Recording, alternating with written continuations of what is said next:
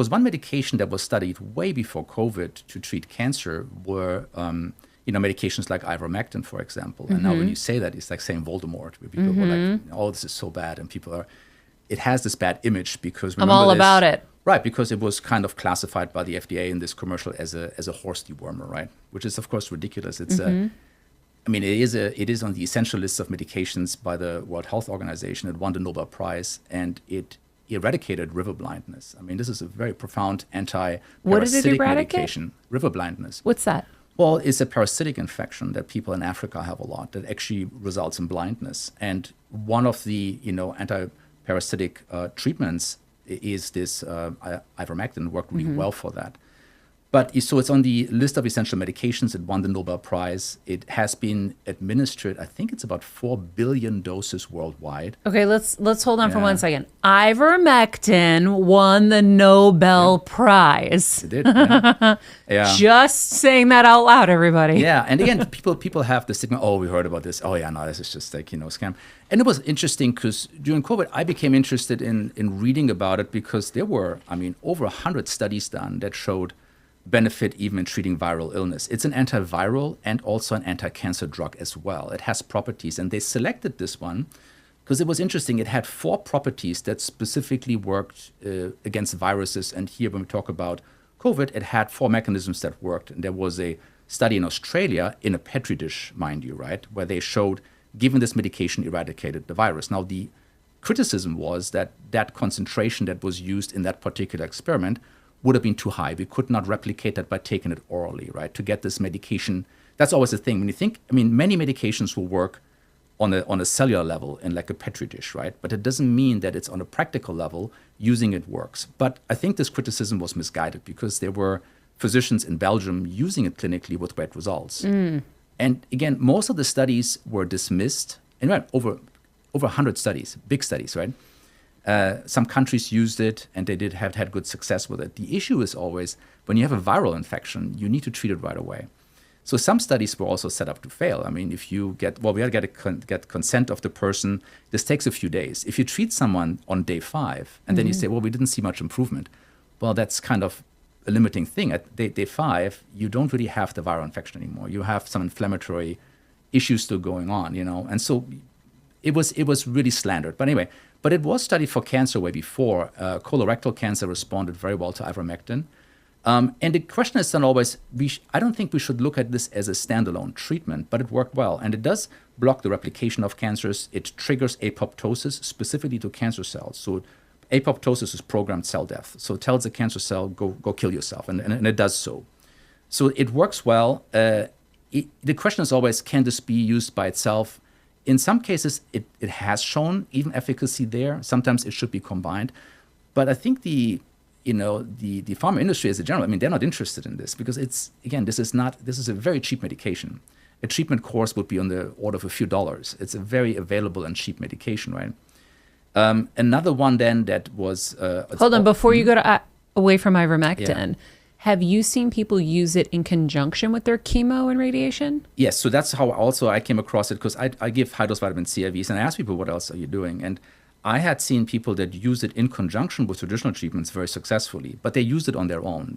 Most physicians will not prescribe it. And again, we've been trained to, this is like kryptonite, don't touch this. And unfortunately, because I think it's a fantastic medication, there is a physician, Dr. William Makis, Makis. Yes, I've heard of him. Yeah, we just connected with him. I think he's coming on the show. He's from Canada. Yeah. Is that the one you're talking about? I swear. Let me check William my Makis DMs. I slid into his DMs. Yeah, he's fantastic. So yes, William Makis. Yes, yeah. And when you listen, so I listened to a talk. There was a podcast, and he had his patients. This is an oncologist, so this is his field. He sees a lot more cancer patients than I do, right? For me, this is like far in between, right? People come in and I do vitamin C, that's the extent, and I talk to them about optimizing vitamin D because Dr. Dalgleish, remember, mentioned this before. If you don't have adequate levels of vitamin D, most of the cancer treatments are not very successful, right? Specifically, immunotherapy that works with your immune system. And we don't manage it. The oncologists don't look at it, but it's important to at least ask to get tested for vitamin D levels. Yeah. And then take an amount that's appropriate. Get your levels to between 50 to 90 nanograms per ml, right? But I think that is very important, and it's not done. In conjunction with K2, magnesium, and zinc. If you have these four, especially when someone's suffering from cancer, and they should, again, ask the oncologist. They might dismiss it, say, fine, we'll test for it, but whatever. But, I think that's an important one. So again, Dr. Mackes then also observed that patients who on their own treated themselves with ivermectin, and there was another medication called Fenbendazole. You might have heard about that. There's a famous case, I think, is Joe Tippins. He had lung cancer, small cell lung cancer, which is a very aggressive lung cancer. He had been given, as I recall, this like a 1% chance to live over the next months or to 1 year. And this was over 10 years ago. And his veterinary doctor friend said, hey, listen, this fenbendazole has profound anti-cancer effects. And, it's a dog dewormer, but it has anti-cancer properties. And this one's very interesting because it's different than ivermectin. They're both antiparasitic drugs. So the fenbendazole and the human version that's available is called mebendazole, right, which is close to this one. But fenbendazole does it just a bit differently. So, in terms of fighting cancer, it has two properties that are very, very profound, that really can kill off and stop cancers from dividing. It's a very interesting. One is blocking a glucose transporter. So think of cancer cells needing glucose as their main fuel. They can also use glutamine, but also glucose. And there is something called metabolic therapy, and I'm going to get back to the fenbendazole in a second. But metabolic therapy, and that's Dr. Seyfried, that's something you should, if you get him on, he's an interesting guy too, a bit older guy, but very fascinating guy. He said, look, he studied all these cancers in cell lines, and he said they only can use two things. They can use glucose and glutamine. And glucose we can control. It's an amino acid. Okay. It's a non-essential amino acid. That means that your body makes it, right? But we can block it. And if you block the uptake of glutamine and you withhold the glucose, which you do with a ketogenic diet, right, then the cancer will starve because cancer cells, mitochondria, are malfunctioning, right? They can only ferment. And fermentation is when you think again of the energy production. Our normal cells use an elaborate energy production. It's called the citric acid cycle. And then in conjunction with that electron transport chain to make ATP. And per sugar molecule, they make about 36 ATP. That's a lot of energy for one sugar molecule. Fermentation is something primitive that bacteria usually do. So in cancer cell, the mitochondria, they cannot use the citric acid cycle. They can only ferment. That means for one sugar molecule, 2 ATP. So very shitty energy balance, right? And therefore, they guzzle up sugar. They need a lot of sugar because they divide rapidly, they grow rapidly, and they need energy. And until recently, we thought, as soon as the sugar goes away, so put everybody on a ketogenic diet, all cancer will go away. And that wasn't the case. Some did, but some did not. And then Seyfried said, hey, there's a second substrate that they can ferment, and that is glutamine. And glutamine, again, we make it on our own. How do you stop that? So there is a medication that he's talking about, but you can't give it all the time because you need glutamine in your healthy cells too. I cannot withhold it for too long, but you can in between, he calls this, I think, the pulse press method, where you decrease that, or you take supplements like green tea extract and others that can decrease the uptake, and that's actually helpful. But in someone with cancer, besides vitamin D optimization, cutting down or cutting out sugar is very important, and then taking supplements like berberine and green tea can decrease the uptake of this glutamine, the second substrate. That's why Dr. Christy Funk, who's the top breast cancer surgeon, had said you need to drink 3 cups of green tea a day. Yeah. It reduces the recurrence of breast cancer by 50%. Yeah. So now I know why that. Yeah, there's an ingredient called EGCG in there. That's the active ingredient in there. And you can overdo it if you take too much green tea. It's not good for your liver, right? There's a point when it gets too much, but you can get this as supplements too. And it's not perfectly cutting out all your glutamine, but it's decreasing the uptake. Oh my God, you're so funny. So I put my dad on supplements years ago or whatever, and I didn't realize so many supplements now have green tea extract in them. Yeah. You can OD. So my dad got a liver situation because I didn't know that so many of them had green tea extract in there. And you also think, it's green tea. It's not that bad. Right. But everything, you have to question everything. Yeah. Oh my gosh. So, so the glutamine, so I believe in the ketogenic diet because my mom, that's what I did for her too. But the glutamine part I did not know about. So that's interesting. It's fairly new. I mean, again, he's talking about a lot. And some people, it's also funny, like you read about people criticizing his work saying, well, we found this one type of cancer where we think that cancer cells can use fatty acids, which again, I mean, even so, if 99% or 98% of cancer cells have only these two substrates, focusing on that, because that's cutting off what they eat, and that would certainly destroy them. Now, Fenbendazole or Mebendazole does it differently. So it blocks the transporter for glucose. So glucose to get in the cell needs to be transported in, right? And the drug in cancer cells, it specifically blocks the glucose transporter. So one, the sugar can't get into the cell.